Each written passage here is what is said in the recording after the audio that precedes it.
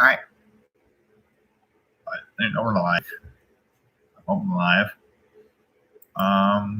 Hi. If I'm live, then hi. If not, oh well.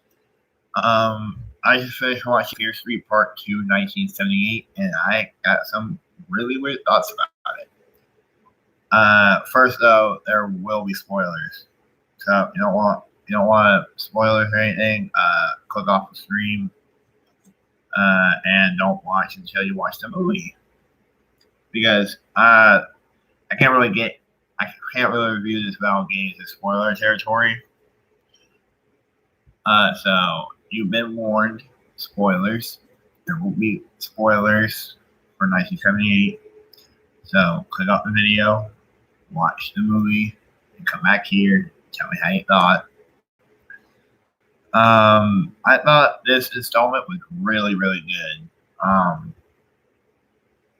It is really good in my opinion. It's better than I can't say it's better than 1994, but I can definitely say it's the same quality as 1994, but a little bit like better. I saw some reviews online. People are liking it so far, which is good. The cliffhanger makes me excited for the part 3, 1666, which I really hope it doesn't take the whole runtime for that whole story to come out. It would be nice if it did, but if it's just an hour and 20 for 1666, like in that like timeline, but then it cuts back to Nina and them. Yeah. I haven't seen it, by the way. I'm not spoilers. I'm literally just saying if that does happen. So this is the second installment in the Fear Street trilogy, and boy oh boy, does it deliver. For starters, the camp setting is actually handled really well. The movie's pacing is nice and smooth. One thing I also gotta say is the acting has stepped up in this one. There are genuine moments I really like between the sisters. The sister dynamic in this one is actually really, really good. Just because Sadie Sink and Emily Rudd probably have some of the best chemistry I've seen in a horror movie recently. So, and once again, the only actors I recognize, the only actors I recognize in this one were Sadie Sink and Gillian Jacobs. But the rest of the cast does a pretty good job, even though for some of them, it's their first role. Especially Emily Rudd as Cindy Berman. Now, I thought Emily Rudd was in Willy's Wonderland. I was going to make a joke like, man, first she messed with Anne Try, now she messed with accidentally killer. But no, it's not Emily Rudd. I thought it was. It wasn't. One of my favorite moments in the film is the subplot between Cindy and Alice.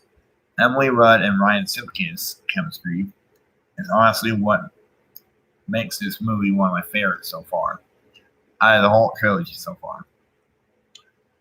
One of the main problems I had with 1994 was that it didn't feel like 1994. But 1978 fixes that problem slightly. It feels like a love letter to 80s slashers, and the soundtrack in both films are solid. Back to the acting for a minute. I really enjoy Macabre Slee, I think, as Tommy Slater. He does a great job transitioning from a likable dude to an actual killer.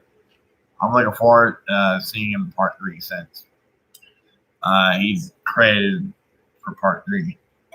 Can't really comment on the kills since most of them they're bland. They're bland. They're bland in my opinion. Like they're still brutal, but they're still bland. There's no fun in the kills. It's just a dude killing a bunch of kids. Please tell me someone didn't join. Okay. I thought someone joined right as I said, it's a dude killing kids. But one I actually did like was when Tommy first gets possessed. He goes after the stoner and just cracks his head open like an egg. It's pretty gnarly. So overall, I think the movie was fairly decent. Sadie Sink is expanding her acting career. I'm looking forward to see Sadie Sink in more things. I would like to see her in non-horror things, but I hope she stays in the horror genre for a little while because she's up there with Samara Weaving. And this movie probably submits her as a I don't fucking know, a scream queen, I guess. I don't know. But overall, I think the movie was good. And it expands the witch plot that was introduced in the first movie. It gives us a little hello, Steph Gibbo. It gives us a little I forgot what I was saying, a little backstory to what the fuck was her name? Sarah Fear. Yeah, it gives us a little more backstory to Sarah Fear. And in my honest opinion, I think the witch stuff is honestly kind of stupid. I really wish this series was about just like a group of slashers, just killing kids. But no, because okay, think about it like this: in Goosebumps, the movies, they said that the books that came out of books. What if they did that shit for Fear Street? It would make sense. Yes, it's childish, but it's an R.L. Stein.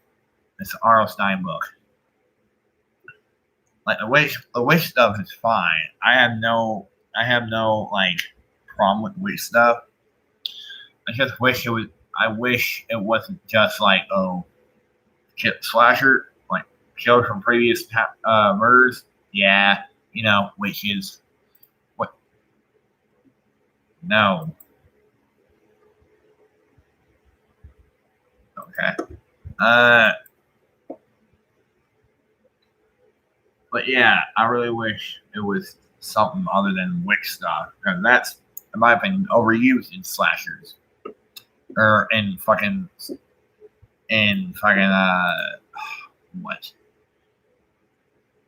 I forgot what it was.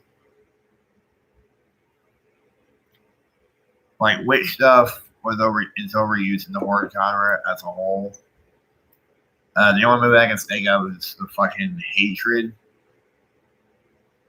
But yeah, that's my only problem with this movie. I hope the witch stuff is resolved in part 3 and not like there's gonna be a part 4 where fucking Sarah Fear comes and kills all the people that you met like part 1, 2, and 3. Yeah. And apparently, the same cast that was in both movies are going to be in part 3 altogether as the witch, like as the townspeople that killed Sarah Fear, which I'm very excited to see. It's in like the witch stuff, interesting but stupid. That's all I have to say about it.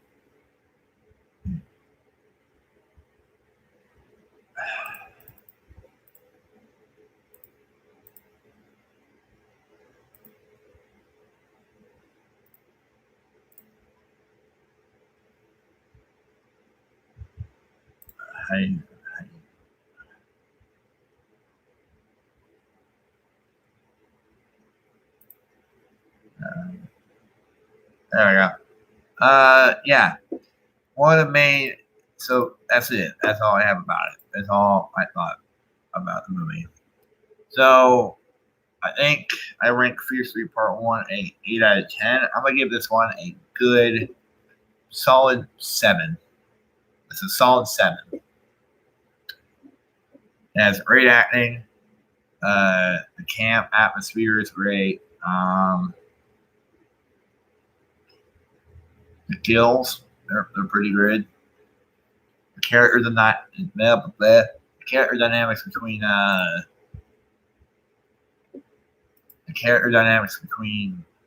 the actors are good. You know what? An 8. I'll give it the same rating I have as part 1, an 8. So that's it. I'm not gonna be able to review part 3 up until, because I have family coming over next week. But other than that, I'll see you all next one. I'm going to be hopefully watching both movies again, and I might formulate my opinion over on my Twitter. So, Fear 3 Part 2 is an 8 out of 10. Tell me about what you think in the comments below, because this live's almost over. And I'll see you on the next one. Peace.